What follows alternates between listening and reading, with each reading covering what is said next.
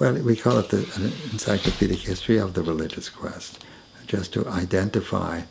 It's not about everything, you know, about toenails and all that kind of stuff, the physiology of the human race. It's really about the human consciousness and human spirit and human capacities as a collective source of people. That's the way I conceive it. I think you can look at it differently. But what I have found is that in thinking about it, really, that when you think about it or look it up in dictionaries and so forth about what is the history of the human race, etc., it doesn't go so far.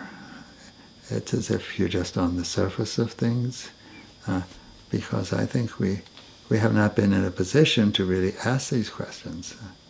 But once the human race gets closer and closer together, as everything seems to be, I mean, everything leads to this right now, I think, with the internet, and and it goes, it increases and increases and increases, and we get blown away in some sense. You almost have to stop and hold your hat on, etc.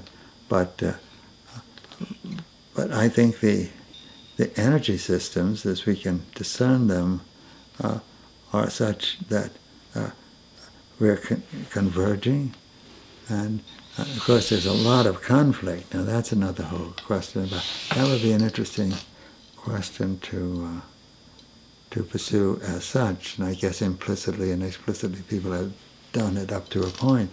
But what is the history of conflict in the human race?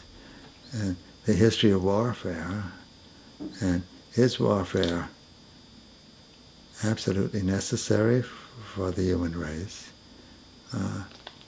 Could the human race live peacefully together without destructive conflicts, or maybe even limited conflict? I guess there'll always be tensions among human beings, but does it have to go to the point of being a full military conflict or a war? And how intrinsic to the human community is that phenomenon which, has been bedeviling us throughout what we know of human history. Well, I guess we don't know the answer to that. I don't know. What do you think?